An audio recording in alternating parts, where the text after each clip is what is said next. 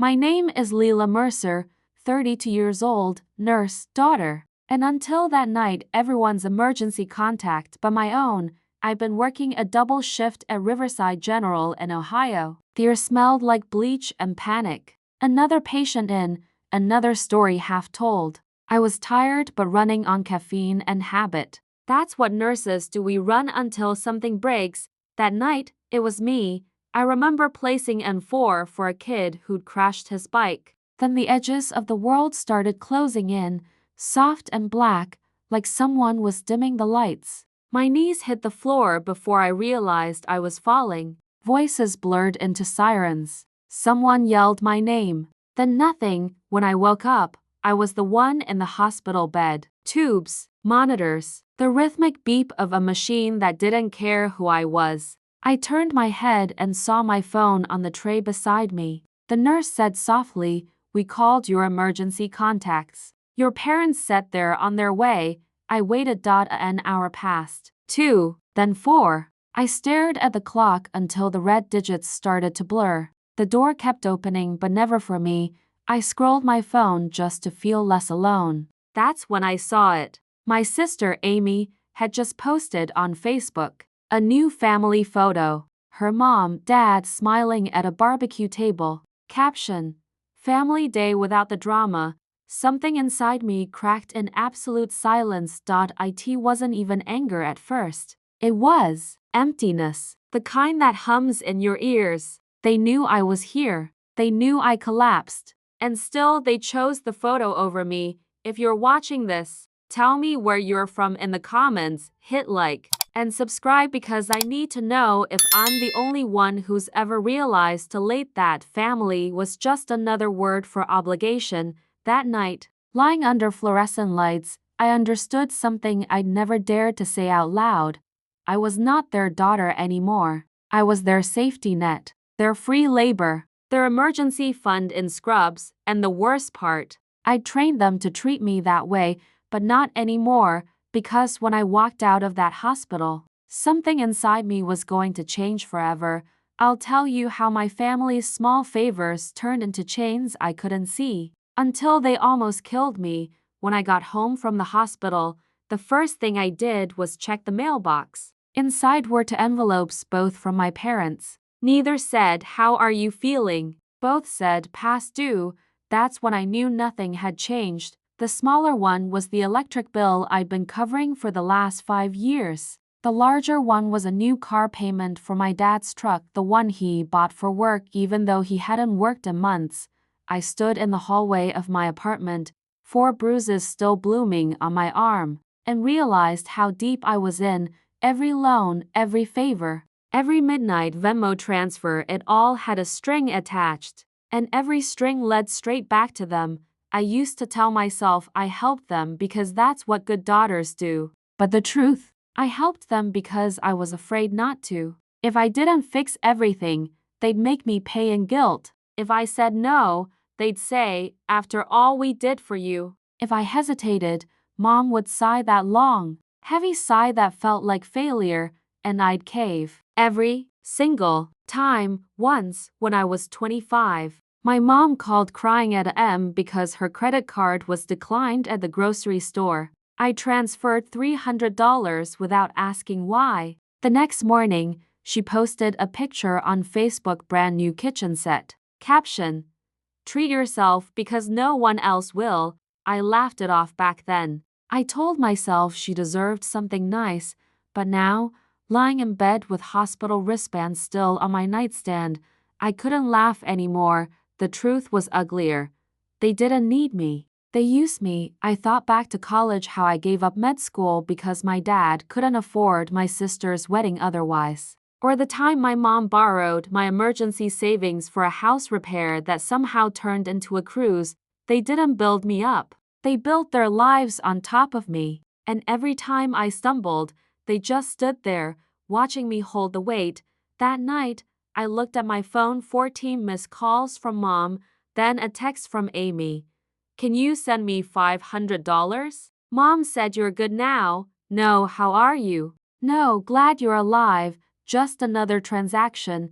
I stared at the screen for a long time. Then I turned the phone face down. For the first time in my life, I didn't answer.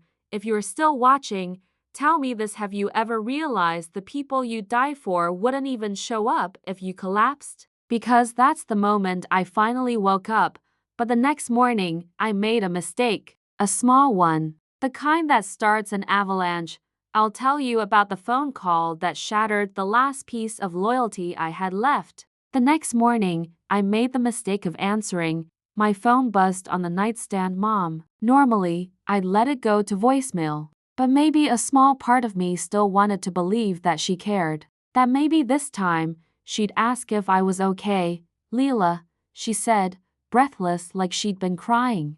My chest softened for half a second until she added, your father's in trouble again. We need you to transfer $1,200 before noon.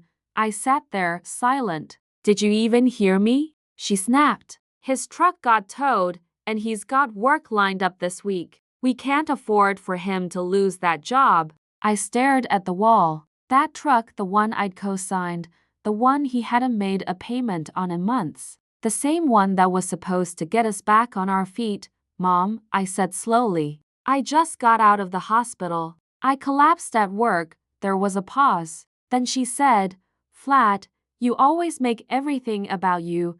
That's when it hit me like a cold wave. There was no bottom with them. No amount of giving that would ever be enough. My voice trembled. You didn't even come, Mom. The doctors called. I could have died. She exhaled, irritated. We had Amy's barbecue that day. You know how your sister gets when things don't go as planned. You're fine now, aren't you? So stop guilt-tripping me. I swear, I felt something snap. Not loud, not angry, just final. Mom, I whispered, don't call me again. Then I hung up. I sat in that silence, feeling my pulse in my ears. It wasn't the kind of silence that begs to be filled. It was the kind that rebuilds. For the rest of the day, I didn't cry. I didn't move. I just stared at the ceiling and started thinking about every time I'd covered for them. Every lie I'd told to protect them. Every dollar I'd sent that disappeared into someone else's comfort.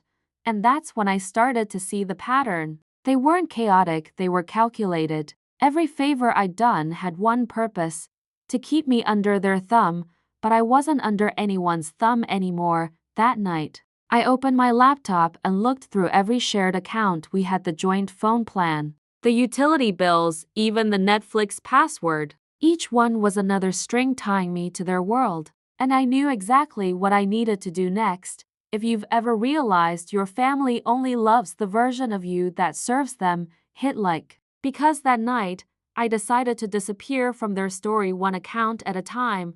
I'll tell you how I started cutting the cords quietly, one by one. And what happened when they finally noticed. I started small, quiet, careful, no big announcements, no dramatic goodbye texts, just silence. The first thing I canceled was the family phone plan. I switched my number to a new carrier, a new SIM, and when the service on their end suddenly went out, I could almost picture my mom's confusion. The endless group chat gone. No more late-night urgent messages. No more guilt disguised as concern. Next came the utility payments. For years, their water, gas, and internet bills had quietly drafted from my account. I'd stopped seeing the numbers. They were just background noise in the chaos of my life. So I logged in and clicked Remove Payment Method. Just like that, the faucet ran dry. Then I moved to the joint checking account I'd opened for them temporarily. My name, their access. They used it like a toy, overdrafting every month. While I covered the fees to keep their credit clean, I closed it. Permanently, I didn't do it out of anger. I did it out of clarity. And with every click, I could feel something I hadn't felt in years: control. A few days later, my sister Amy called from a friend's phone. Leela, what the hell did you do? Mom says the lights are out. Dad can't get gas. Are you punishing us? I stayed calm. I'm just done paying for things that aren't mine. You're unbelievable, she hissed. After everything they did for you. I almost laughed. Like what, Amy? Forgetting I exist? Posting family photos while I was in the hospital? She went quiet for a moment. Then she said something that burned into me. You always loved playing the victim, click. I hung up. That night, I sat on my couch in total silence. No phone buzzing. No emails. No drama. Just peace and a strange new emptiness that felt both terrifying and free, but cutting them off financially was one thing. Emotionally, that was harder. Because for the first time in my life, I didn't know who I was without someone to rescue. Still, the more I sat in that quiet, the clearer it became. They'd built their family on my exhaustion, and now that I wasn't fueling it, it was starting to crumble.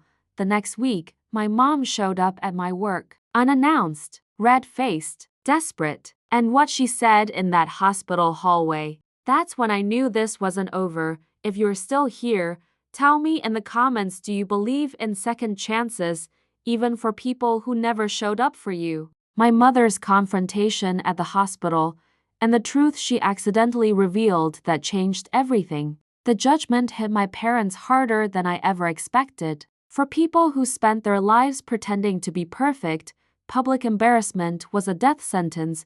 Within a week, the town knew. Word spread fast in small Ohio communities, whispers at the diner, gossip at the grocery store. Did you hear? The Mercers tried to sue their own daughter. By Friday, even their church stopped calling. My sister, Amy, was furious. She called from an unknown number, her voice shaking with rage. Do you know what you've done? Mom's been crying for days. Dad won't leave the house. I didn't answer right away. Then I said softly, you mean they're finally feeling what I felt for years? She snapped, you think this is revenge? You think this makes you right? No, I said. It makes me free. She went silent, then hung up. I didn't hear from her again.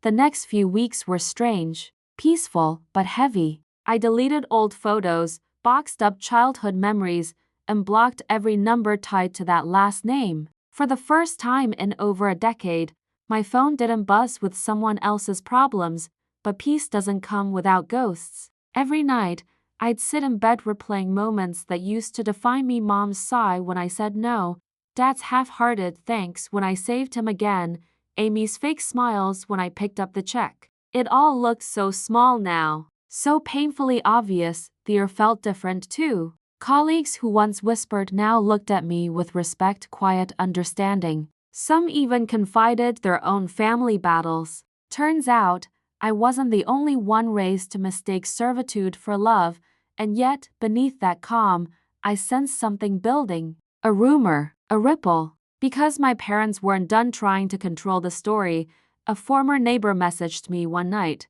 Your mom's been telling everyone you faked that collapse for attention. She says you're unstable. I stared at the screen, numb. For a moment, I almost wanted to defend myself again, to post screenshots, to shout the truth. But then I remembered what Maya told me after court.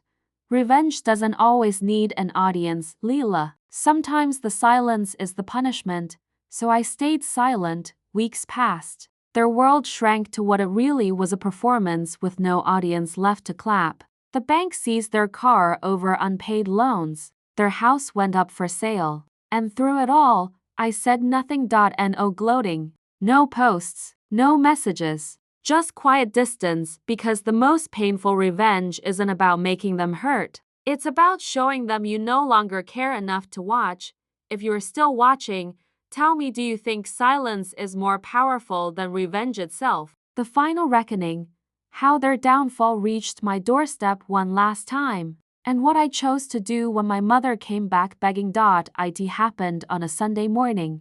Rain tapped against the kitchen window as I made coffee, the kind of quiet day I'd started to love. No calls, no chaos, just peace. Then came the knock. 3 slow, uncertain taps. When I opened the door, my mother stood there, umbrella half broken, hair frizzed from the rain. Her once perfect nails were chipped, her eyes red and puffy. Leela, she whispered. Can I come in? I froze. Months had passed since the court hearing. I hadn't seen her since the day she'd looked at me in disgust from across the courtroom. Now she looked small, fragile. I stepped aside wordlessly. She entered, dripping rainwater onto the tile like she was melting.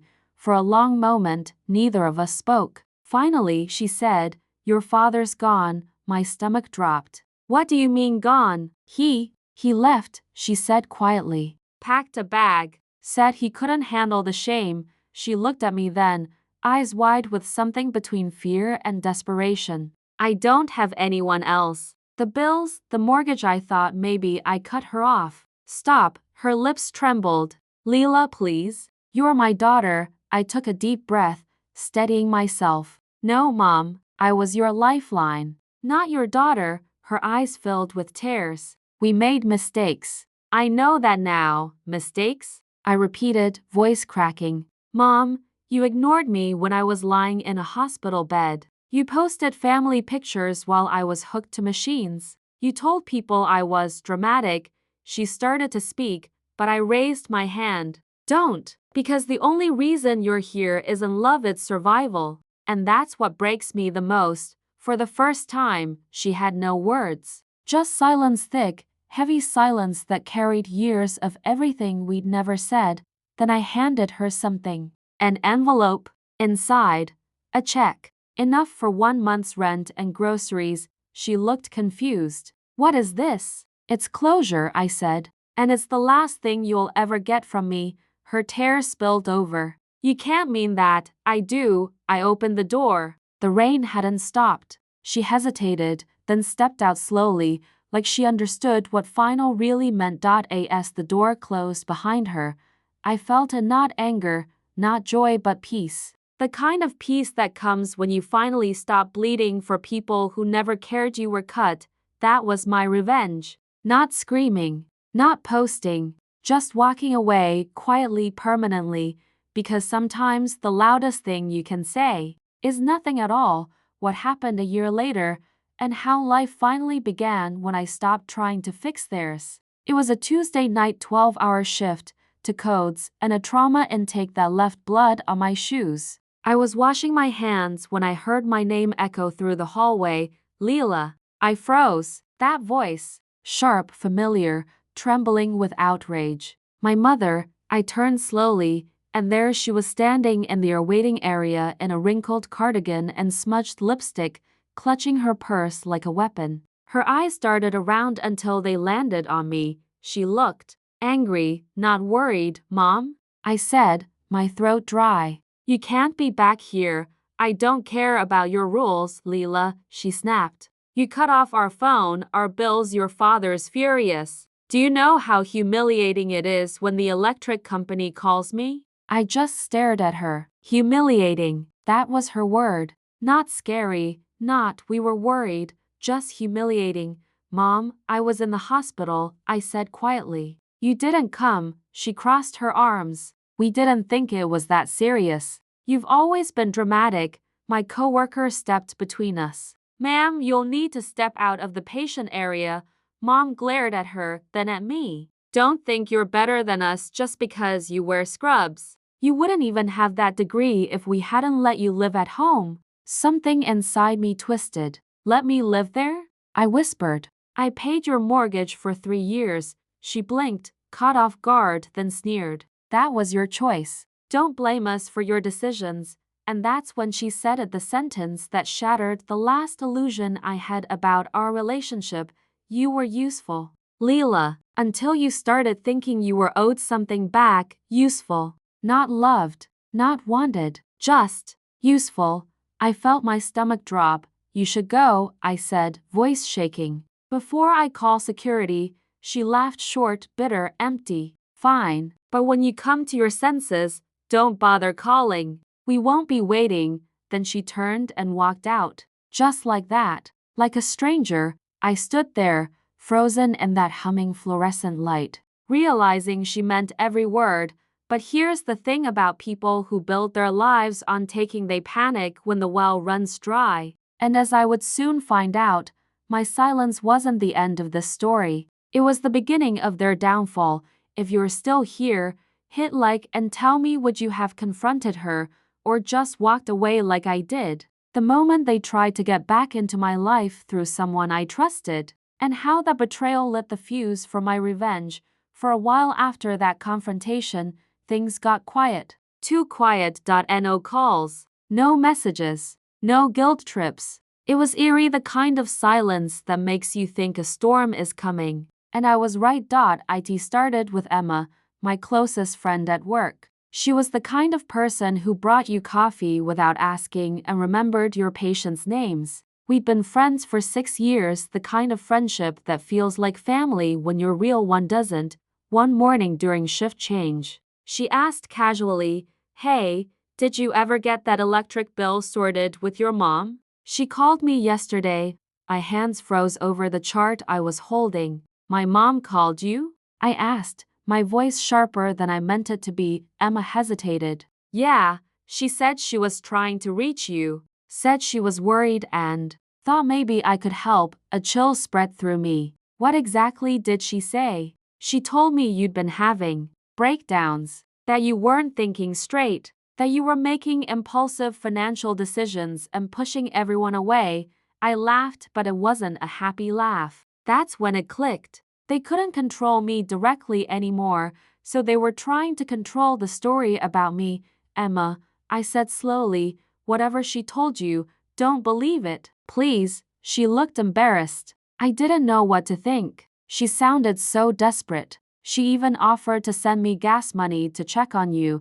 There it was, manipulation, wrapped in kindness. My mom's favorite trick. I thanked Emma for telling me and went back to work, but my head was spinning. My family wasn't just trying to pull me back, and they were trying to ruin my credibility. By lunch, the gossip had already started. A coworker whispered, "I heard Leela's having some family trouble. Something about money." By the end of the week, my supervisor called me in, concerned. I sat across from her, heart pounding, and said, "I'm fine. Just dealing with people who don't like hearing no." She nodded, understanding too well. "Families can be complicated," she said softly. That night, driving home under a dull orange sky, I realized this wasn't a misunderstanding. It was a strategy. They were trying to shame me back into silence just like they always had, but this time they'd made a mistake. They underestimated who I'd become when I finally stopped being afraid. I didn't scream. I didn't post. I didn't defend myself to anyone. Instead, I started documenting every message, every call, every lie. Because when my revenge came, it wasn't going to be loud. It was going to be proven. If you're still watching, drop a comment. Would you confront them publicly or let their own lies trap them? The moment they tried to use my name for something much bigger, and how I caught them in the act.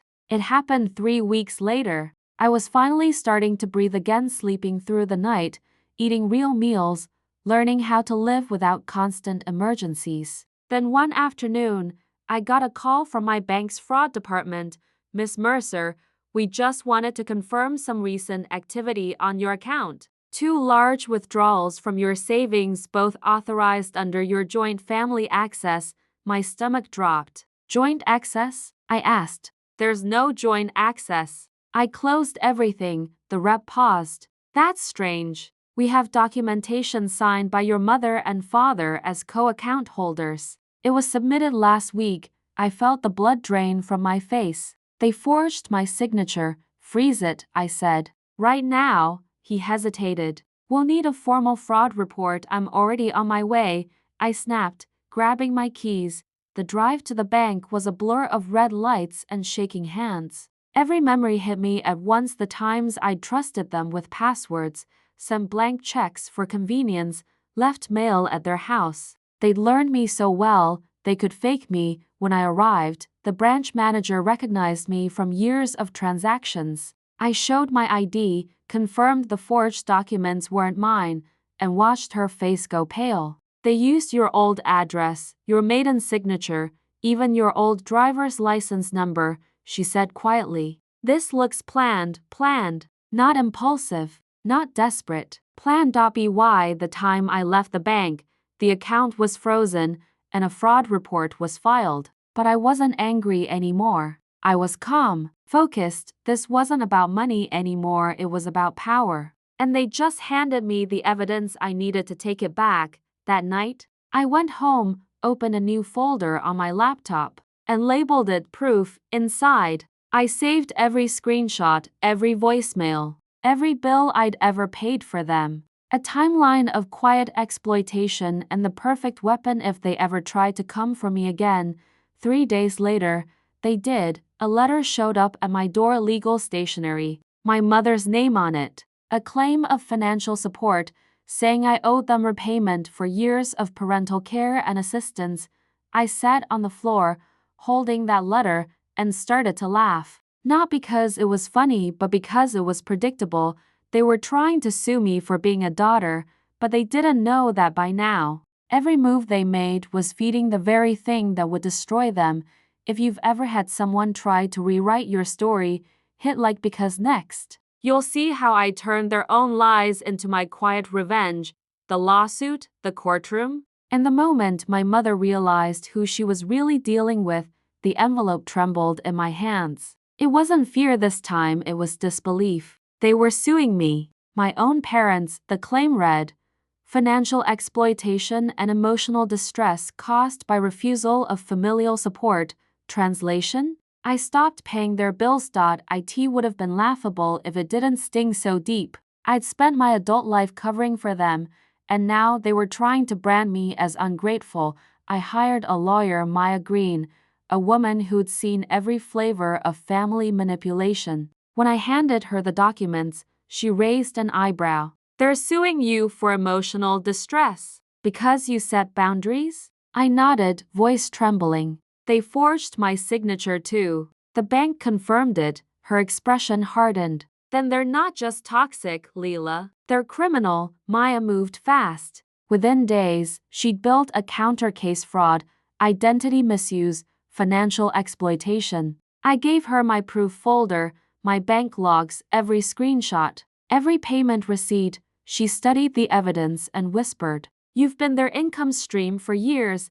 The court date came faster than I expected. It was a gray Monday morning, the kind that smells like rain and endings. When I walked into the courtroom, they were already there, my parents and sister, dressed in their Sunday best, whispering like a trio of saints.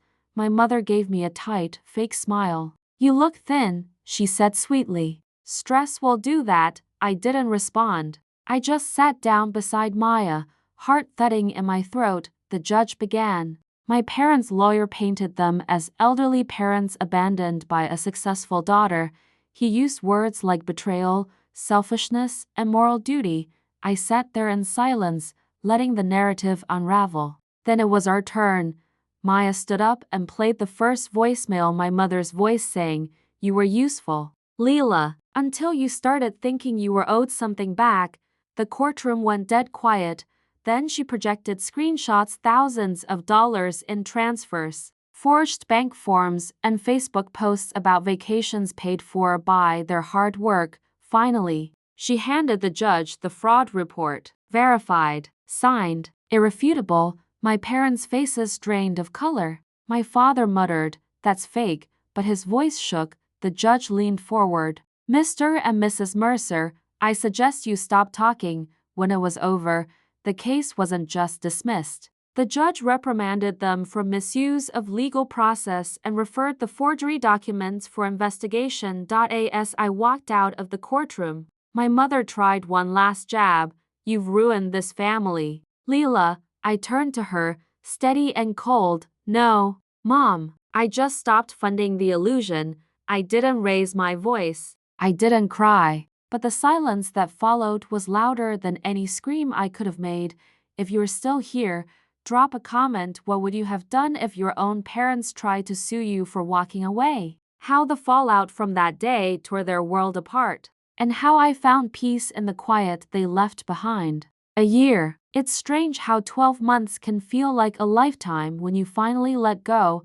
I'd moved to a small apartment overlooking Lake Erie, not fancy, not big, but mine. No one had keys but me. No emergency calls at midnight. No guilt hovering over every paycheck. Some mornings, I still woke up expecting my phone to buzz with my mother's demands. It didn't, and when I checked anyway, all I saw were messages from my life co-workers, friends, a man I was slowly learning to trust, freedom had its own quiet sound. It wasn't dramatic or loud. It was just calm, but the ghosts still visited in small ways. Once, at the grocery store, I saw Amy. She looked right at me, hesitated, then turned the other way. Her cart was filled with instant noodles and off-brand cereal. She didn't look happy.